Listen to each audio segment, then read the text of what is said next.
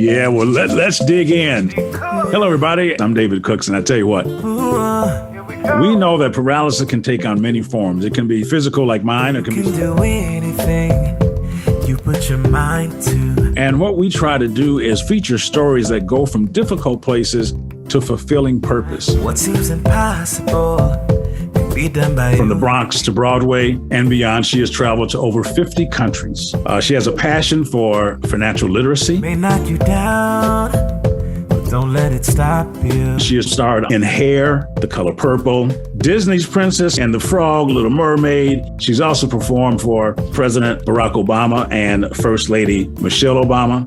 Yes, I can sing, I can dance, I can act and all that stuff, but it was getting together with the cast, learning the material, just seeing how things work, from the choreographer to the stagehands to the people building the set, and that world of, we put it on this production, we have to go to rehearsals and we have to do press. And I love the community of theater. Got so much to give, a lot of life to live. You must go from paralysis to purpose. Get your pen and paper out. Yeah, I'm taking notes. Paralysis to purpose. Hello, everyone, and welcome to another episode of Paralysis to Purpose, the podcast. I'm your host, David Cooks. If you're a first-time listener, welcome. And make sure that you share, like, and tell somebody else about this podcast. I say this all the time. Today is like a really big deal. I get to talk with someone who is so accomplished in their field and is currently starring in the new Bob Dylan musical, Girl from the North Country on Broadway. Jeannette Bayardelle, welcome to Paralysis to Purpose, the podcast. Thank you, Mr. David Cooks. Thank you for having me. I'm excited to be here and just to talk to everybody. Yeah, it should. So what's going on? What's going on? So it should be a good time today. You've done so much, and so over this course of our conversation today, I'd really like for you to take us on your journey and your love for the arts, and we're going to talk about how important the arts really are, and why you did that. You say from the Bronx to Broadway.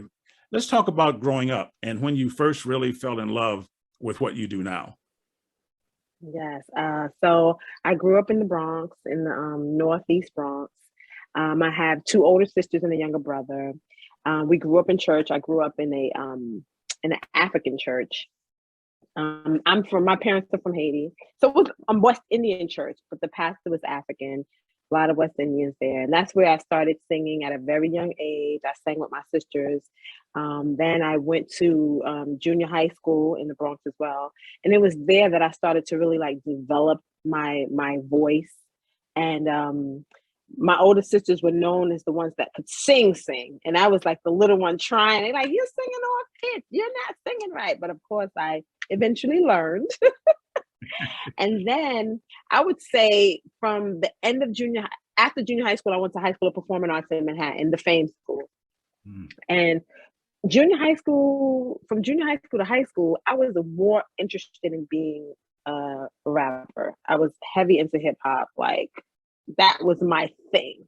Wow. Like I could sing and I got into performing arts, but it was just like hip hop all the way.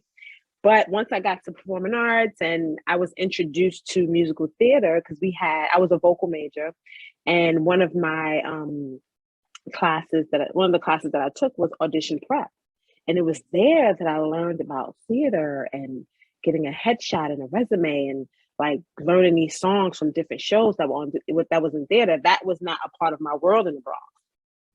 And that's when I caught the bug. I auditioned. There was an assignment that we had to audition for something, and backstage at the time, that's how you would find out about the jobs. And I auditioned and I got it. It was a reading. I was in high school and I was just like, wow, this is amazing. And then that was it. And of course, after that, I went to Hunter College and I got a bachelor's in health science. But that was just like my backup plan. Because I come from a family of a lot of doctors. My dad's a doctor, my sister's a doctor. My sister's a doctor, sorry. And my aunt's a doctor. So I come from a medical family. So I had to have that thing that if music didn't work out, I would be a doctor. Yeah. So I ended up getting a bachelor's in health science. And once I got my bachelor's in health science, I felt like, okay, well, I did the school thing. Now I'm just gonna go full speed ahead into the arts. Wow. So at a very early age, so it's interesting. You've got a musical background that started in the church, and then you wanted to do the hip hop thing, and then you were introduced to a whole nother genre of music that Yes. really turned your life around. What was it about the stage and about production that was so attractive to you? You know what? I love the community. Yes, I can sing, I can dance, I can act and all that stuff, but it was the community. It was like getting together with the cast, learning the material, just seeing how things work, from the choreographer to the stage hands to the people building the set. I remember my first off-Broadway show that I did, called Another Chance. We did it at the Samuel Beckett Theater on 42nd Street.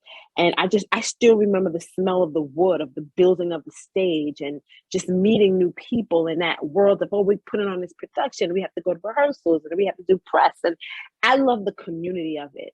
And then it's like an extra bonus once you see the product of all your hard work. Once you're on the stage and the people come in, they laugh and they cry, and the critics come, they like it, they don't like it. I love the community of theater. Let's talk about the power of music. You just touched upon seeing the emotion and seeing people respond. Why is it that music is such a powerful medium, I guess, to reach people? It has the ability to bring people, music has the ability to bring people together. It has the ability to change perspective and change mood.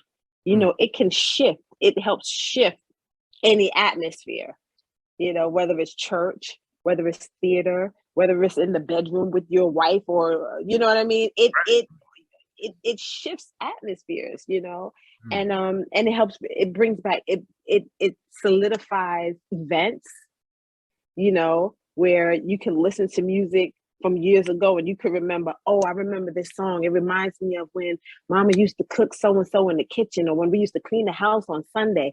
It's so effective on so many different levels. And I think that's why it's so powerful. And it has the ability to tear down walls, you know, so music can bring a lot of communities together. So it's very powerful, extremely powerful. And there's power in teaching with music as well, as when we talk about my financial literacy course.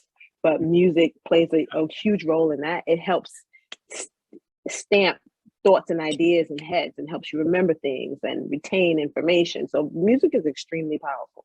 I remember when I was writing my book, Getting Undressed from Paralysis to Purpose, I would come back here and I would take my vinyl that I played on the radio station when I was in college, and I would begin to go back and play songs. And it helped me write my book because it did bring back different events and things that were happening that helped me to create the book that I have now. So you're absolutely right about that. Let's talk about your financial literacy course. It's From Broadway to Wall Street. It's an online course. Who's your audience? How is that going? And why did you do that? Okay. So many people want to be a part of the stock market conversation and they want to invest their money, but they're intimidated by the information. Like if you watch MSNBC, not MSNBC, why did I say MSNBC? That's my mama. That's all she watched. Oh, which one do you mean? CNBC, right? CNBC, yes. Okay. That's okay, right. CNBC, right? So not MSNBC, but shout out to my mama who loves the station. But if you're watching CNBC, you get intimidated. You start to see the numbers across the screen. You're like, what is this? That Dow is up, the S&P 500, and people are so intimidated by that. But you know, there are people that want to invest. They want to grow their money, but they just don't have the stomach for the information. Like when they see numbers and charts, it's intimidating, you know. And I realized that there were so many people being left out of the conversation. And I wanted to make something that was palatable for those who wanted to be a part of the conversation, but were intimidated by the presentation. Yeah, when did you first start getting interested, I guess, in financial literacy? That's a total like disconnect from the music Right. So in 2000, I want to say in 2007, I was on tour with The Color Purple, and we did a 8-month sit down in Chicago. And John Rogers Jr., who is the CEO and founder of Ariel Investments, he was one of our producers, along with Oprah Winfrey and other producers that we had. And so I remember him telling the cast, like, listen, I'm the founder and CEO of Ariel Investments, and I would like you all to come over to our headquarters, and we're going to give you guys a presentation, show you around, and give you guys an opportunity to invest in some mutual funds. And I didn't know anything about investing outside of your 401k and your employer matching your contribution. So I decided to go. The cast went. The facility was beautiful, and they did like a presentation, and I was kind of like drifting, like because the jargon is intimidating. They talk about this and that and stocks, but I was just like. And at the end of the presentation, I remember saying, okay, yeah, I guess I'll put in some money. Like, okay, what do I have to do to start the account, whatever. So I started the account. I put in a couple $1,000s, and I let it sit there. And I want to say 4 years later, about 4 or 5 years later, I wrote a musical entitled Cheetah. And when I was doing my first presentation, I was like, man, I have to finance it, because I had producers that were interested, but I had to give them a presentation first. Mm-hmm. And then it was like, let me go back and see how my little investment has grown, because I haven't thought about it since. And when I went back, I was like, wow. And so that money, I was able to take some of that money out, and it financed my musical. And it was then that it was during that time that I kind of caught that bug.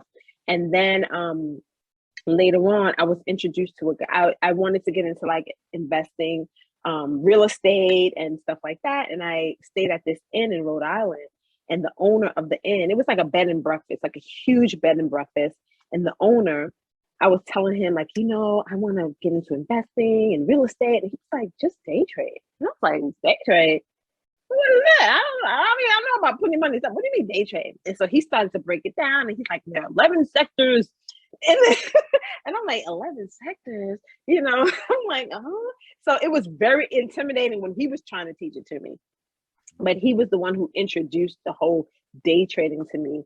And then from there, you do research, you take classes, and you just start to educate yourself, and then it starts to grow. And so here we are today. Wow. You said you wanted to put together this class because there were so many people who you felt didn't have access or may have been intimidated about the market. Why is giving back so important to you? I mean, this is not the only thing that you have that serves people who are underserved. Why do you do that? Because you don't have to. I don't. I do have a passion to just help people pursue their dreams. There are so many dreamers out there, but they don't have access. And I also have a foundation, the Bayardelle Foundation, and that's what we're about. Granting access to those who have dreams, especially those who are underprivileged. I would say, like, I think about my family, like my sisters, my niece, and my nephews. Like, the majority of them have gone to Ivy League, Harvard, Cornell, like Brown. But it took a team to get there, right? They had to have access access to information. What is it that I need? What do I need to put on the application? What does my essay need to sound like? How much after school activities do I have to do? So they had access. But there are so many children or so many people that want to do things, but they just don't have access to the information. They're not around people who've done it before. So that's kind of like my passion. So even like when I meet people that come to the stage door after a show, and they're like, I want to be an actor, and I'm so much like, here's my information, call me, because I just want to help, because, I know that feeling of feeling like you're doing something alone, or you want to meet a goal, but you feel like you don't have the resources or the tools or the people to help you. So that's my passion, helping people reach their goals that are really passionate about what they want to do.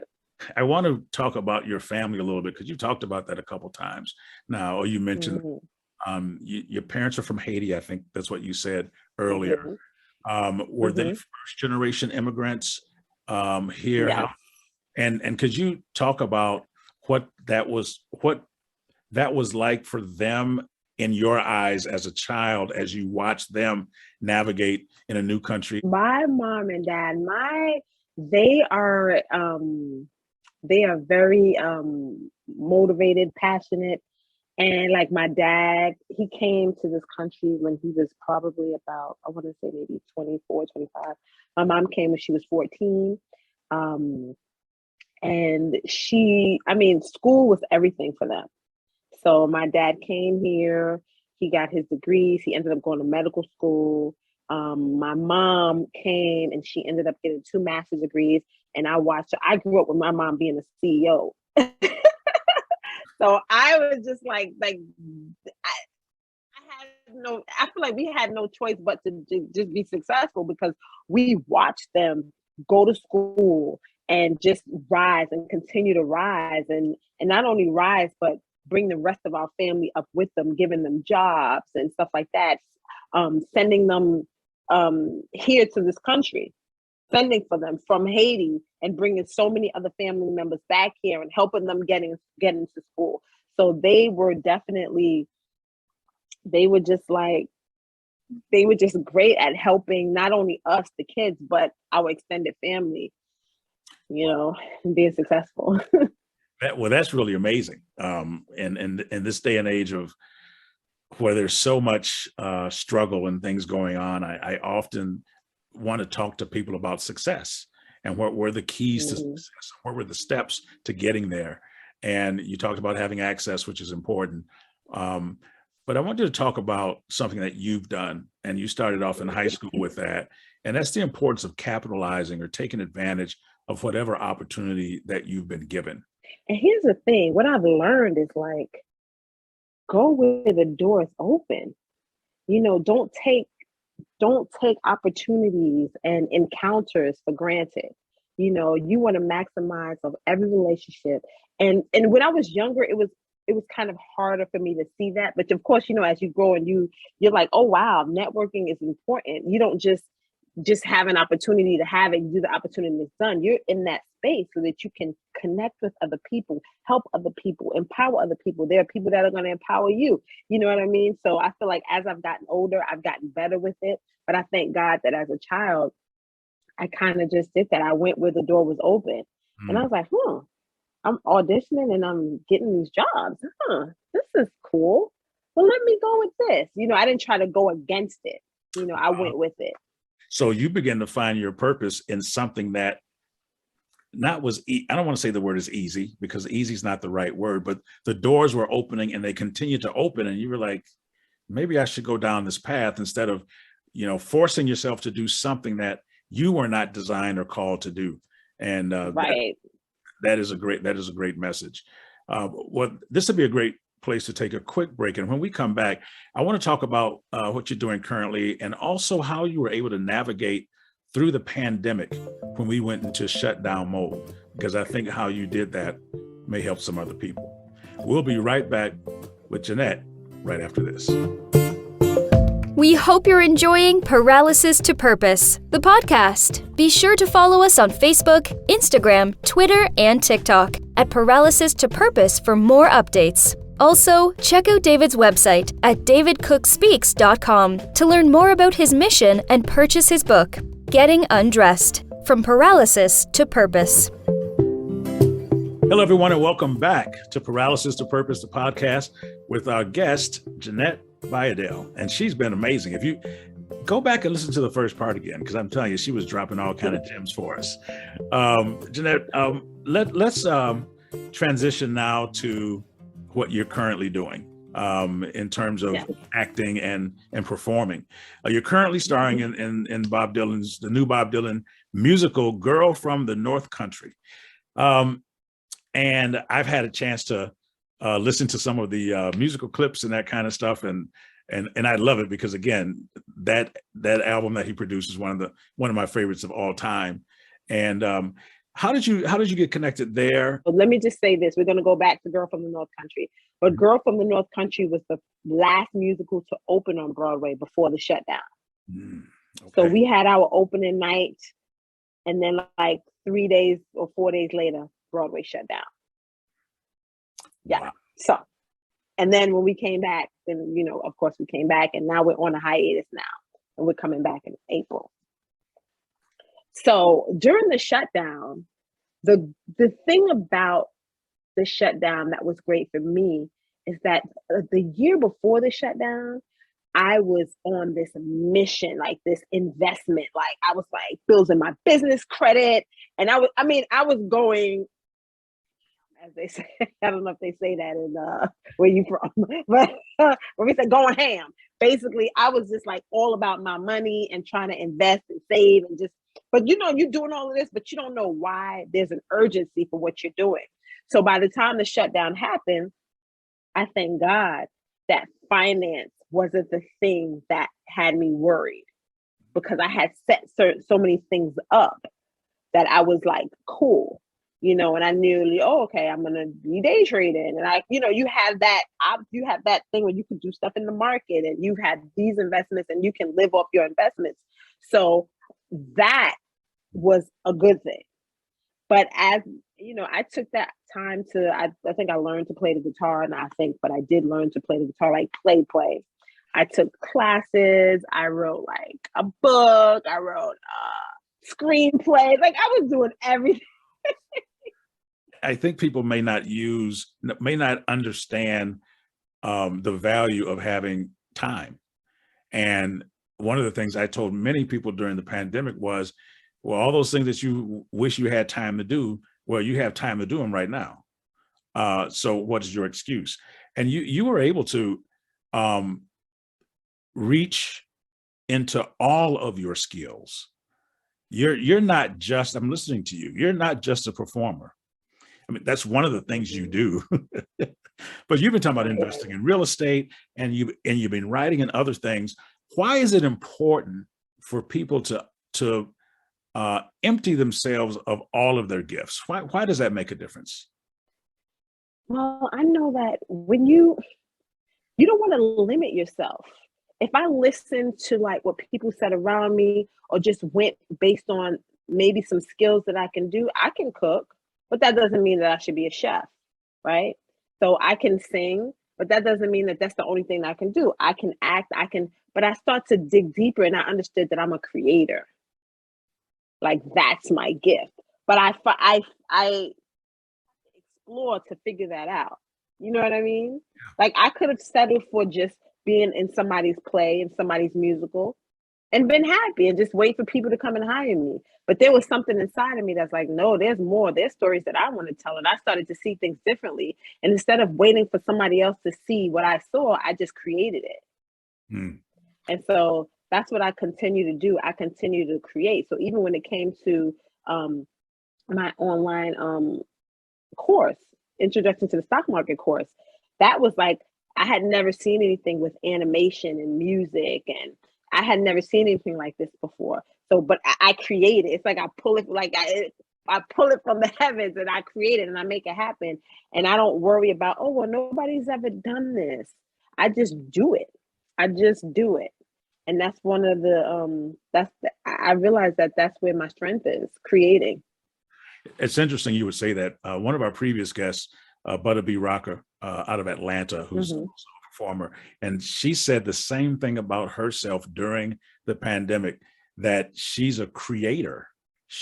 That's what she does. She's not just an entertainer. It's interesting. You said the exact same thing, and that in those moments of difficulty, you tapped into who you really are to create more of who you are for us to see.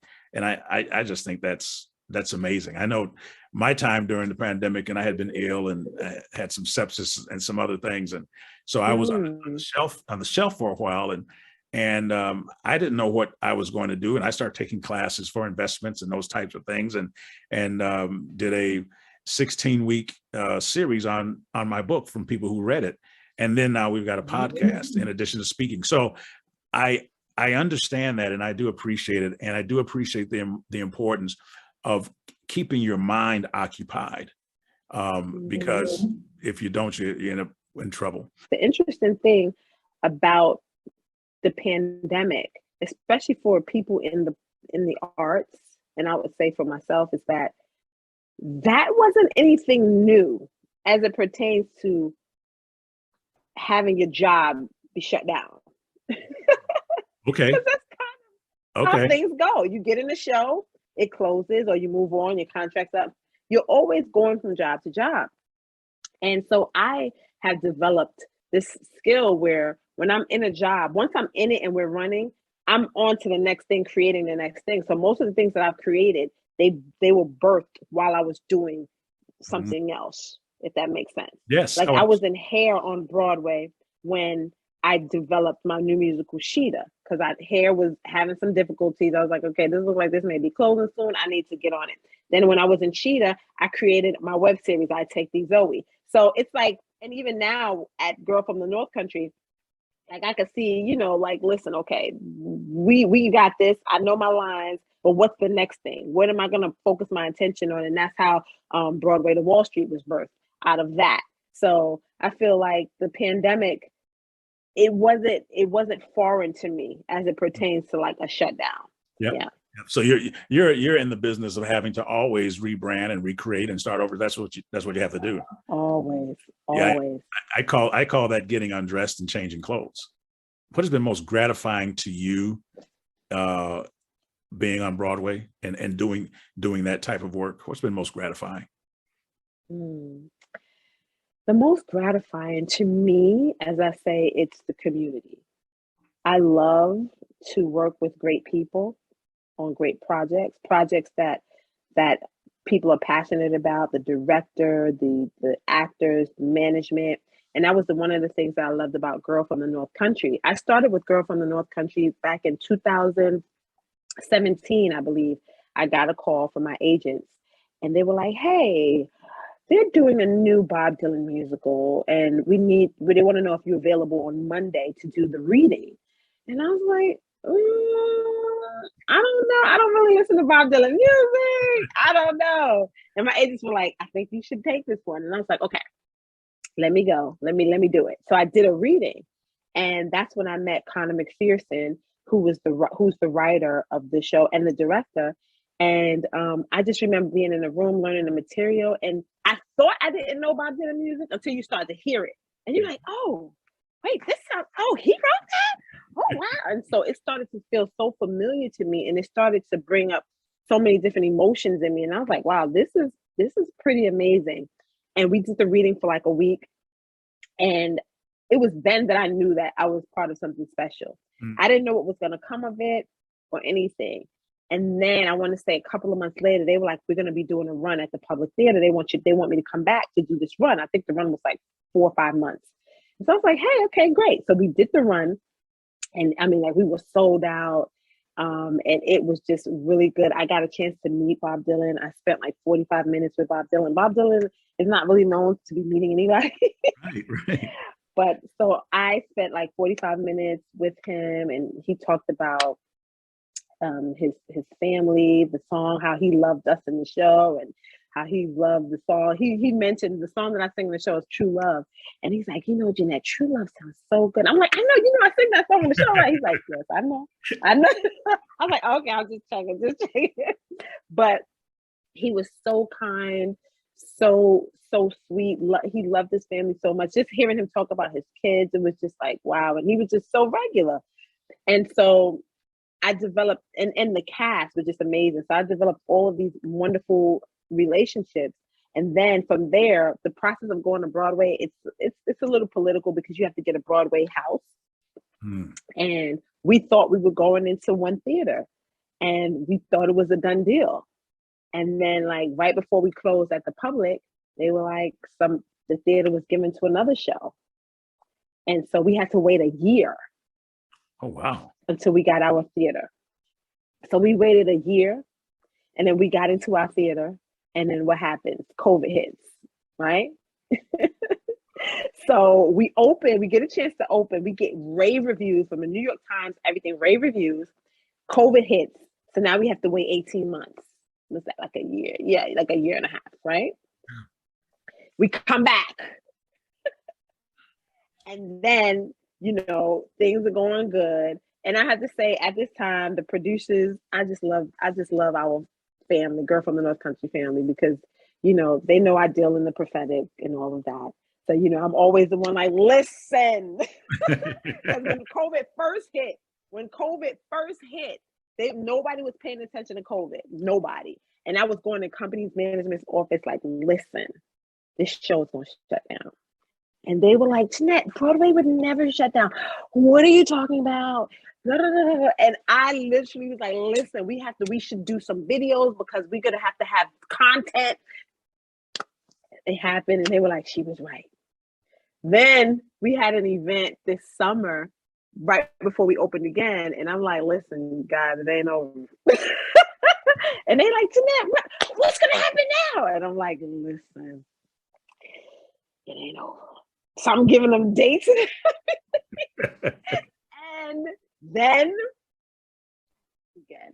And so they decided that, thank God we never had to shut down because anyone was sick from COVID, because we had enough coverage. They were prepared.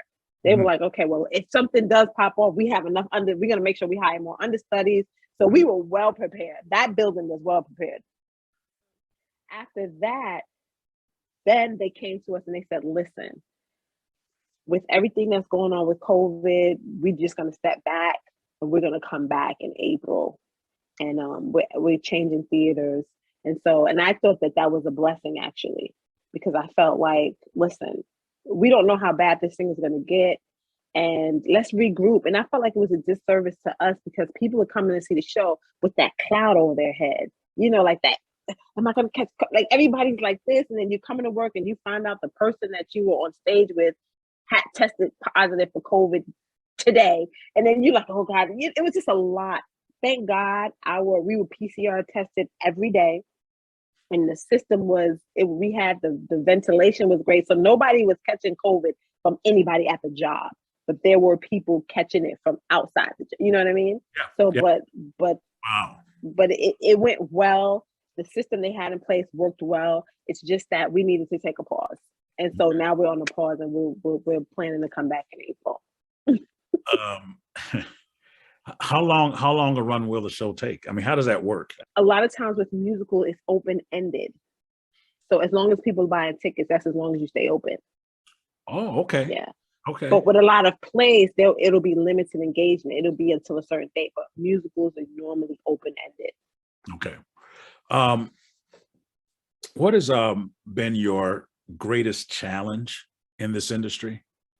I guess my greatest challenge would be, and I try not to do this, but trying to get people to see the world the way I see it, if that makes sense. Where when someone says, what is your dream job? What is your dream role you want to play? My dream role, I don't really have a dream role. I have things that I want to accomplish. I want it. The answers to those questions don't come easy to me because I see things differently. Like I'm not like I would love to work with. I just love to work with good people, making good projects where there's a synergy and we connect. And I love to create. I feel like I see things very different in this industry. And just with my colleagues, I'm creating an online course. Like I'm like, oh, my course, and I don't stay in one place. Like I'm always creating different things. And I feel like sometimes it's hard to explain yourself. Not that you have to explain yourself, but the questions come. It sounds to me as though you're more concerned about your growth than you are goals, and your development than you are goals. Does that make sense? Mm-hmm. It makes a lot of sense. That's it right there. Yeah. And so that can be the challenge because you're going counterculture a little bit because of your makeup and because of your vision and what you see. And that can be difficult. I mean, I don't care what anybody says. We all want to fit in somewhere. And And it can get uncomfortable sometimes if you It just can, and it's crazy. I'm such a leader too. I'm such a leader. I'm like, listen, this is what we need to be focused on. But and then I have to understand that, everybody doesn't have the same ambitions that I have, so I have to like sometimes just sit back. When you're ready, if you have any questions, I'm here. yes. So Yeah. that's so important, because that leads to one of the three questions I'm going to ask you right now, and then I want to get back just one more thing about Broadway. You were just talking about the importance of perspective, and seeing other people's perspective. How important is perspective for you, and what does that mean to you? Wow, perspective is very important, because you can make wrong decisions based on the wrong perspective. And I would say whether it's in interpersonal relationships or whether it's in your career, if you have the wrong perspective of something, it can lead you down the wrong path.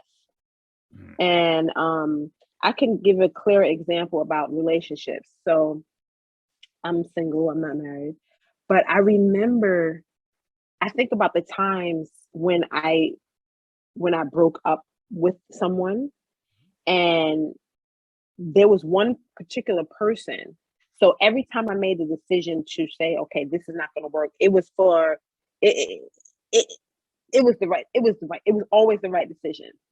And but there was one that I had, the one person that I was in a relationship with, great guy, like one of the smartest guys I know, and everything was going really good for us. But there was something that I saw that I felt like, although it's good now, I understand it's not good. This is not going to produce the fruit that needs to be produced. And I had to understand that I had the right perspective. Like, I understood this would be great. I could keep having these great now moments for years, but it's not producing any fruit. Although the person is loving, although the person is this and that, but the fruit, it was not going to produce fruit.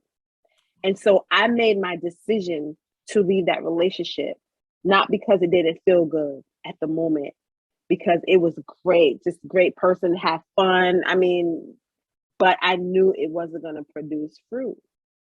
And I feel like I personally have to have the right perspective on different situations, because some things feel hard and you feel like, oh man, I can't do this. But if you have the right perspective, like, listen, it's hard right now, but it's going to pay off. So when you have that right perspective, you're like, okay, I could make my way through this. When I was creating the course, I mean, I'm talking hours, because I'm producing songs. I'm writing songs, producing songs. Animators are working on stuff. Then I have to make exams, and then I have to, what I'm saying? It's a lot. But I have the right perspective. I'm like, no, this is life changing. So yeah, I may not see today, but it's gonna make me see much better a year from now when people are taking the course. But I'm putting my all into it. So having the right perspective is very important. Late nights when, say, you get a script. I remember when I auditioned for The Color Purple. You get this script and you're like, these are so many pages. Oh my goodness. But you're like, if I don't sleep for 2 or 3 days, it could pay off. Right, right.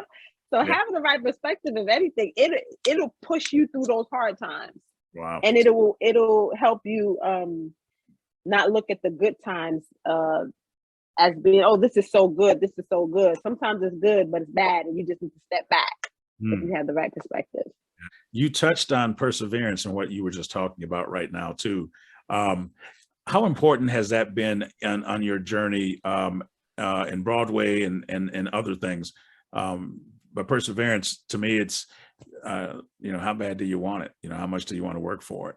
And how bad do you want it? And how many no's can you hear and still move forward? How many no's can you hear? And still move forward? Wow. Because in this business, you hear so many no's. it goes from like hearing so many no's to hearing so many yeses, because people start to like, you become, oh yes, she was in so and so, yes, anything you say, and then people are not being truthful with you, right? So it goes from one extreme to the next extreme. But you, as far as the no part, it could be very discouraging. You know how many TV shows I've auditioned for, or like, and then you have people, you should do film. You ever thought of that? And you're like, no, I've never thought of that. You're like, yes, I know. We get this stuff all the time. Like, have you ever thought of that? You should be in so-and-so show. You should try to really do that. And you're like, okay. Not knowing that this is what we do every day. We're constantly auditioning. You're being told no more than you're being told yes. I think that no is the beginning of yes. And how is it that you are able to process, because, rejection, I'm gonna tell you right now, rejection is not fun, at least not for me. I get a lot of no's. I try to get speaking gigs and all that kind of stuff. And, sometimes you don't even get a response. That's like, that's the worst no of all time. But I do believe that rejection is the mother of opportunity. So how is it that you come to the point now where you don't take no personally and you don't let that impact your self-esteem or your self-worth? I feel like that's still something we have to work on every day because we're human. I learned whether I take it personal or not, I learned not to let it stop me. And I also know you don't know the whole story. And when you start making assumptions, that's really bad, because there are plenty of times when I may have reached out to somebody and I'm like, wow, they didn't even reach back out to me. And then they'll text me like, hey, I'm at your show tonight. Hey, and you're like, but I tried to reach it. You know what I mean? You just people. And I think that has to do, for me, I'm like, let me stop being so self-centered, thinking that it's all about me. People are living their lives. They have things going on in their lives. So every text that I send out, especially to somebody who's, working and like well-known and just busy, I can't expect them to just drop everything all the time to address what I've texted. So I'm learning for myself to just be more patient, and they'll come around to it, and you keep doing your thing, because one thing I've learned, when you start that fire, people will come to watch you burn. And I mean, in a good way. Yeah, not in a bad way, but maybe in a bad way too. But people will come to see this fire that you lit. So you keep working on you. You extend invitations to other people, and, you be kind and nice to everybody, but you still do your thing. And eventually it comes back around. All those people that, you were texting or emailing about your so-and-so and so-and-so, they come right back. And I had plenty of experiences before Broadway, before I was Celia in The Color Purple, where I was just like, hi, I want to sing gospel music, and can you produce me, and just all of that. And then once I got on Broadway and I was Celia on Broadway, a lot of those people came back emailing me like, hey, I'm so sorry that I didn't pay any attention to you, and blah, blah, all the time. Wow. I've gotten that so many times. So I just try to not let that change the way that I deal with people. Our third pillar, partnerships. How important are partnerships? I mean, I don't know. I'm not a self-made man. I tell people that all the time. I'm a help-made man, and had plenty of mentors along the way to help me out. What does partnership mean to you, and how significant is it to success? It's extremely significant. I always believe always attach yourself to something bigger, better, and I think about all the mentors that I've had, and the power of a mentor, because they can help direct you.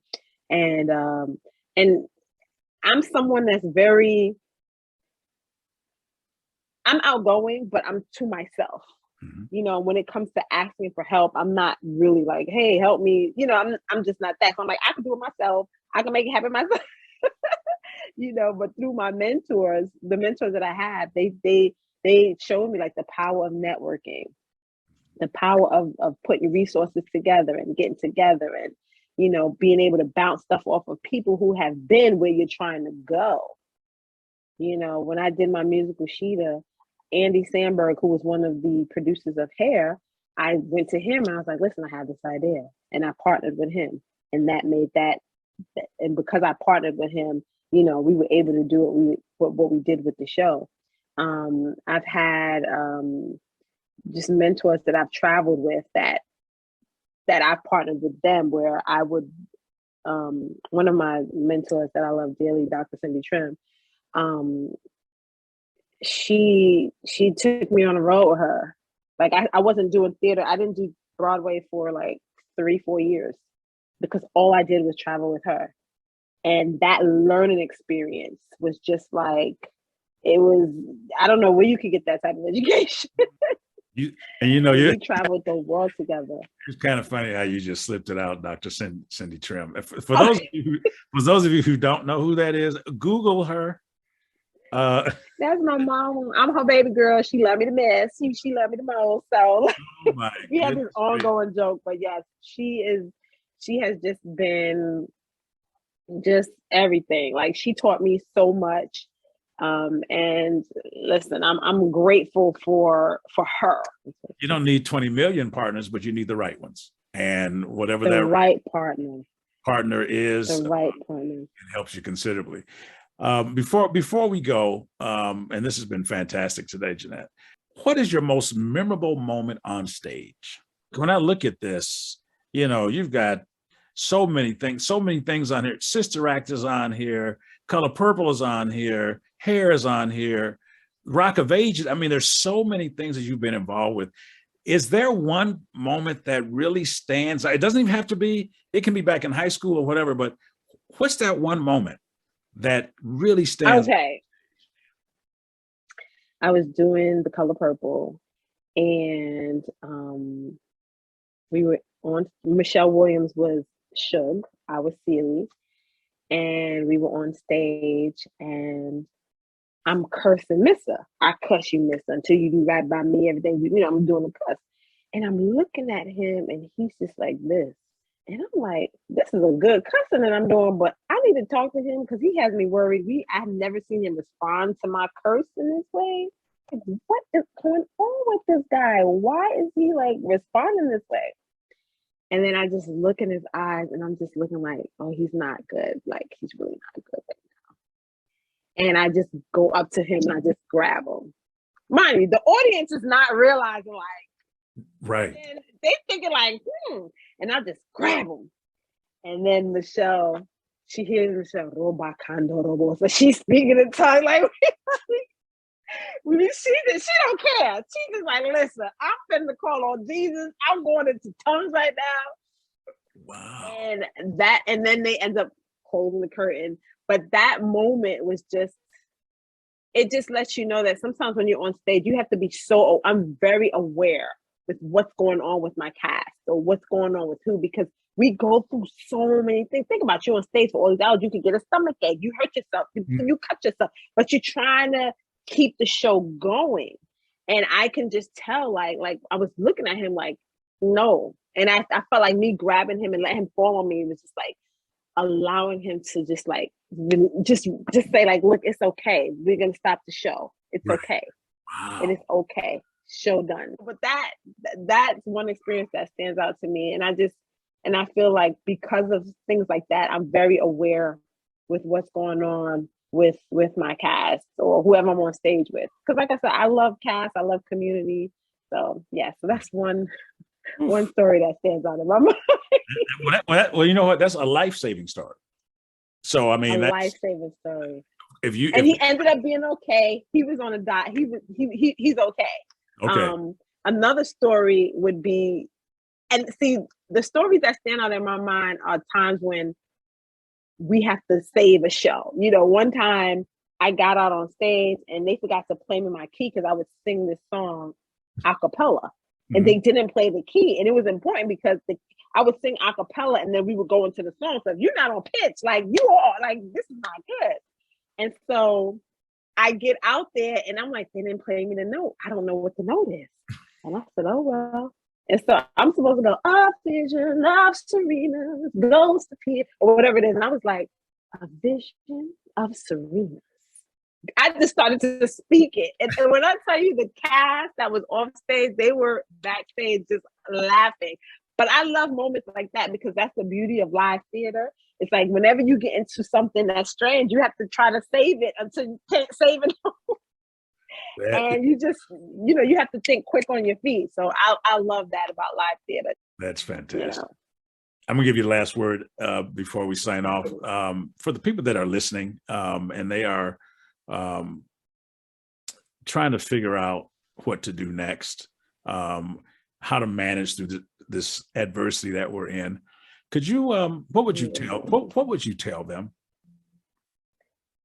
I would say, number one, avoid being idle. Okay. Avoid being idle. Try new things. Educate yourself.